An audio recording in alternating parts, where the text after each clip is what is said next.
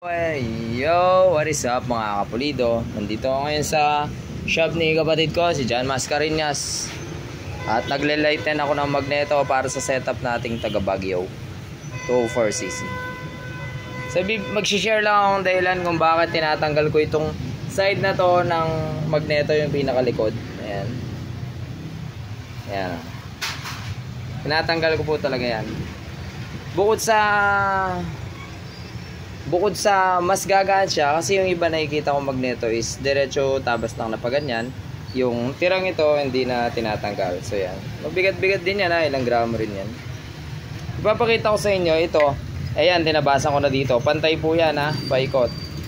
Dito pantay din.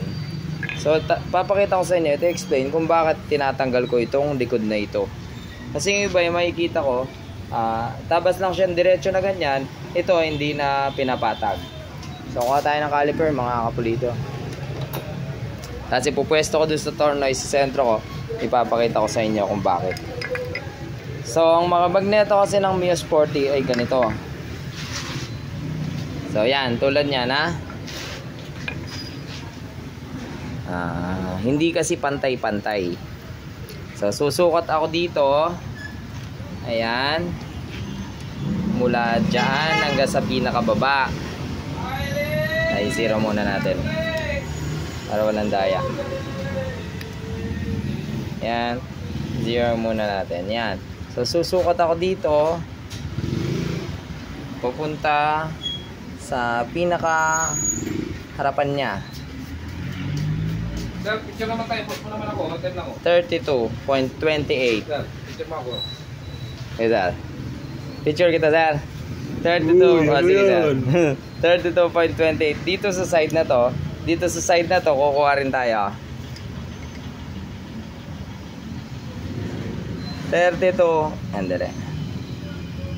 33.8 ay 32.88. So doon pa lang makikita niyo na hindi pantay ang pagkakagawa ng mga magneto. So mamaya isasalang natin doon, makikita niyo yung katunayan na hindi pantay itong likod na to sa pagkakaputol ng casting.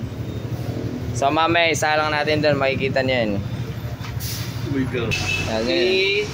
Shoutout ko muna si Sir, ang bagong mechanic dito sa Mascareñas Tech.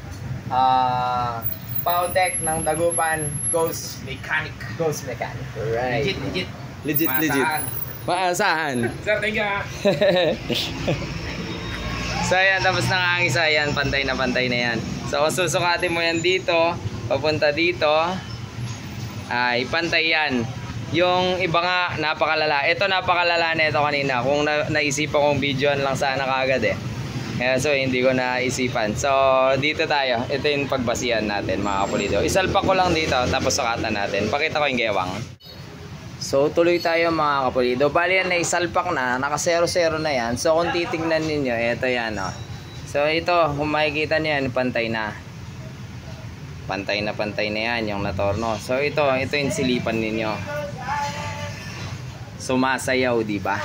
So ilagay natin ang pointer na to para makita nyo ang diferensya ng bagay na yan. So itinutok ko siya dyan. Ay, lobat. Wala na tayong plan. Tinutok ko yan dyan. So, paikutin natin to. Makikita nyo yan. Ayan, Diba? Diba? So, dahil dito sa tatanggalin natin na balikong ito. Ayan, Pantay yan dito sa tinorno. Makikita nyo lang yung pulsar.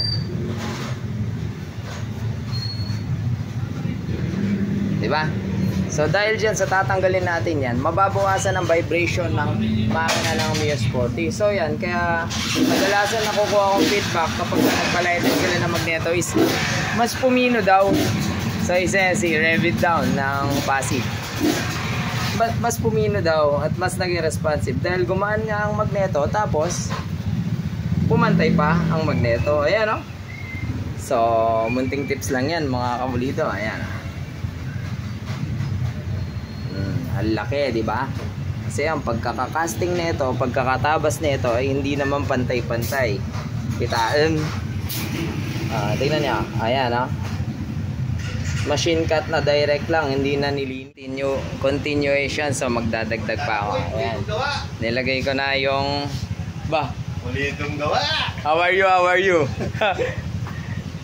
It's been a long time Kumusta yung Canada ba? New Zealand. Dapat pa rin pupusin na kitang harap ko.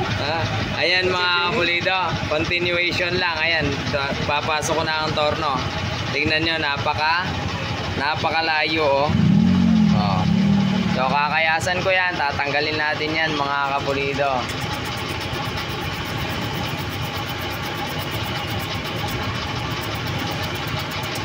Ayan nakasayad na tayo, pero kita nyo, ayan, gumigewang pa rin May nabawas na tayo, pero gumigewang pa rin. Kasi malaki yung liko niyan. So ito lang yung natamaan Kaya lang ang natamaan.